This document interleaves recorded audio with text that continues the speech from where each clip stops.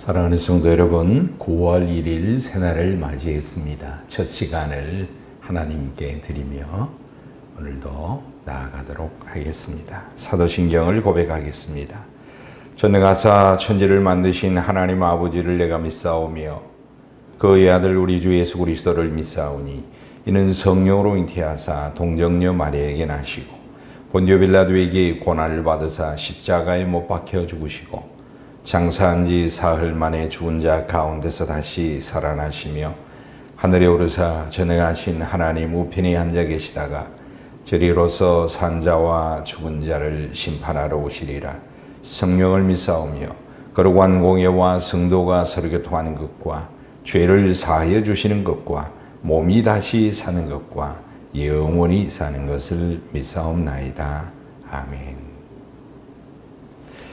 오늘 상고할 말씀은 이제 우리는 이사야서를 상고하다 창세기로 돌아왔습니다. 창세기 37장 1절부터 17절까지 매일 성경 순서에 따라서 창세기 37장 1절부터 상고하도록 하겠습니다.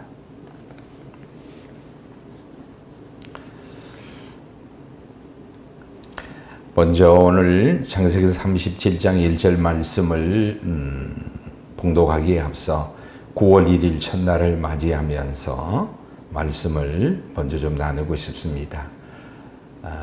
8월 달에 우리가 믿음에 굳게 서라라는 표어로 8월을 지냈는데 9월 한 달은 다니엘처럼 믿음으로 승리하자라는 표어를 걸고 여러분과 함께 믿음을 경주할 수 있기를 바랍니다. 우리는 지금 새로운 환경, 새로운 조건 속에서 다시 말하면 다니엘과 같이 바벨론과 같은 삶을 살고 있습니다. 이 속에서 우리의 믿음을 증거하고 믿음을 드러내는 믿음의 삶을 살아야 하겠습니다. 바벨론 왕은 유다를 멸망시키고 유다의 백성들을 포로로 잡았습니다. 유다의 왕을 이제 감옥에 가두었습니다.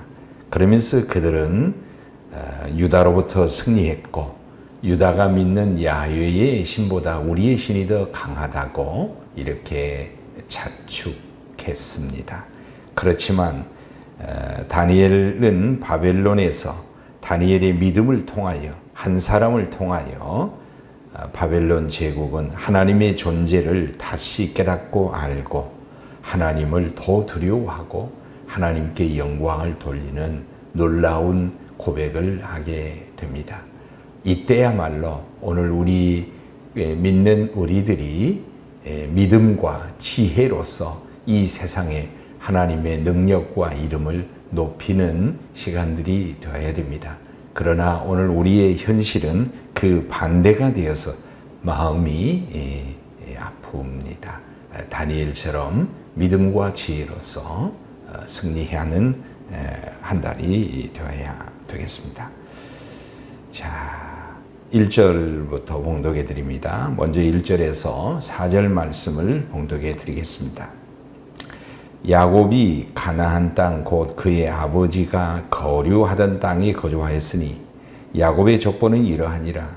요셉이 17세의 소년으로서 그의 형들과 함께 양을 칠 때에 그의 아버지의 아내들 비라와 실바의 아들들과 더불어 함께 있었으니 그가 그들의 잘못을 아버지에게 말하더라.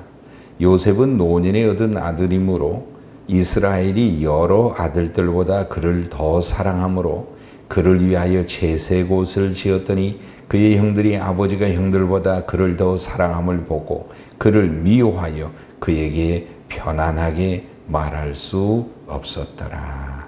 아멘. 자, 창세기를 간단히 좀 소개하겠습니다. 여러분이 잘 아신 대로 창세기는 1장에서 50장까지입니다. 그 내용과 구조를 보면 그 내용은 크게 하나님이 이 세상을 창조하셨고 창조한 세상의 사람들은 범죄하여 타락하였고 타락한 이들을 다시 구원하신다는 내용입니다.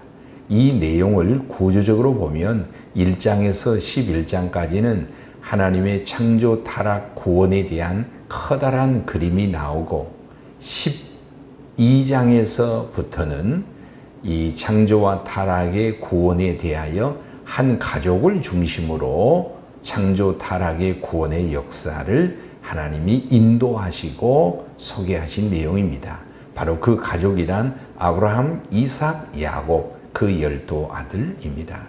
오늘 창세기 37장은 바로 이제 야곱의 아들 요셉을 중심으로 해서 하나님의 구원의 역사가 나오게 되고, 이 과정에서 하나님은 약속의 하나님, 언약의 하나님으로 등장하시면서 땅과 씨라는 후손, 땅과 후손과 복을 중심으로 해서 하나님이 구원의 역사를 이끌어 가시게 됩니다.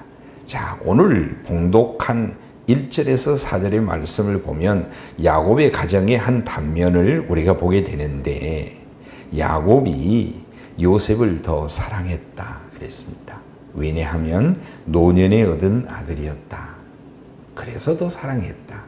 여기에 좀 더 부연하면 다른 형제들에 비해서 이제 어머니가 부재합니다. 요셉, 베냐민은 어머니가 없습니다. 그리고 더더욱 이제 이 요셉은 아버지에게 형제들의 모든 사정을 직보하는, 보고하는 역할을 하면서, 소위 정보원 역할을 하면서 아버지의 사랑을 이제 독차지하게 됩니다. 그러나 다른 형제들에게는 이러한 것들이 불화가 되었고, 이 형제들에게는 평안이 없었다. 그리고 형제들이 요셉에게 평안히 말할 수 없었다. 이제 소통의 단절을 보게 됩니다. 우리는 무엇을 생각해야 할까요? 야곱이 젊은 시절에, 제일 청소년 시절에 고통스러웠던 것들이 아버지 어머니의 편애였습니다. 그렇지만 이 편애가 자기가 막상 부모가 되면서 다시 이 편애가 이 가정에 등장을 하고 있습니다. 이런 것들이 이제 혹시 심리적, 영적인 이런 것들이 대물림되어서 이 가정 안에서 이렇게 불행한 요소로 작용하고 있는 것은 안타까운 일이 됩니다. 그래서 우리는 자녀들에 대한 사랑을 우리가 절제와 균형을 바르게 가질 필요가 있습니다. 그리고 또 하나, 내 안에 있는 어떤 상처나 내 안에 있는 아픔들이 대를 이어서 반복되지 않도록 우리의 내면을 더 깊이 살피는 지혜가 필요합니다. 자, 5절부터 봉독해 드리겠습니다. 요셉이 꿈을 꾸고 자기 형들에게 말하며 그들이 그를 더욱 미워하였더라. 요셉이 그들에게 이르되 청하건대 내가 꾼 꿈을 들으시오. 우리가 밭에서 곡식단을 묶더니 네 단은 일어서고 당신들의 단은 네 단을 둘러서서 절하더이다. 그의 형들이 그에게 이르되 내가 참으로 우리의 왕이 되겠느냐, 참으로 우리를 다스리게 되겠느냐 하고 그의 꿈과 그의 말로 말미암아 그를 더욱 미워하더니 요셉이 다시 꿈을 꾸고 그의 형들에게 말하여 이르되 내가 또 꿈을 꾼즉 해와 달과 11별이 내게 절하더이다 하니라. 그가 그의 꿈을 아버지와 형들에게 말하며 아버지가 그를 꾸짖고 그에게 이르되 내가 꾼 꿈이 무엇이냐, 나와 내 어머니와 내 형들이 참으로 가서 땅에 엎드려 내게 절하겠느냐. 그의 형들은 시기하되 그의 아버지는 그 말을 간직해 두었더라. 요셉은 하나님이 주신 꿈을 꾸게 됩니다. 이 꿈은 하나님의 계시요, 하나님이 주신 것이며 바로 자신을 향한, 이 가문을 향한, 또 하나 이 민족을 향한 하나님의 놀라운 섭리가 담긴 이 꿈이었습니다. 그렇지만은 하나님의 말씀, 하나님의 계시가 이 가정의 요셉에게 꿈으로 임했지만 형들의 반응은 요셉을 더욱 미워했습니다. 하나님의 계획과 섭리에 대해서 알 수 없었고 그들의 감정적인 반응을 보임으로 인해서 더욱 시기, 질투, 갈등이 심화되었습니다. 반면에 아버지는 어떤 태도를 취했느냐 하면 꾸중을 했습니다. 그렇지만 마음에 두었다 그랬습니다. 왜냐하면 야곱 역시 하나님에게 주신 계시의 꿈을 받은 적이 있기 때문입니다. 그래서 요셉의 꿈을 마음에 두었지만 이것을 더 이상 언급하지 않도록 꾸중을 했습니다. 어떻게 보면 이 문제를 일단락 지은 아버지의 역할이 있었습니다마는 성숙한 아버지의 역할은 하지 못했습니다. 영적인 지도를 하지 못했습니다. 무슨 말이지 하면 다시 질문해서 이 꿈이 무엇을 의미하는지 요셉에게 묻고 알려서 가르치면서 기도하자 신앙적인 태도로서 이 꿈을 다루어주지 못하는 아버지를 보게 됩니다.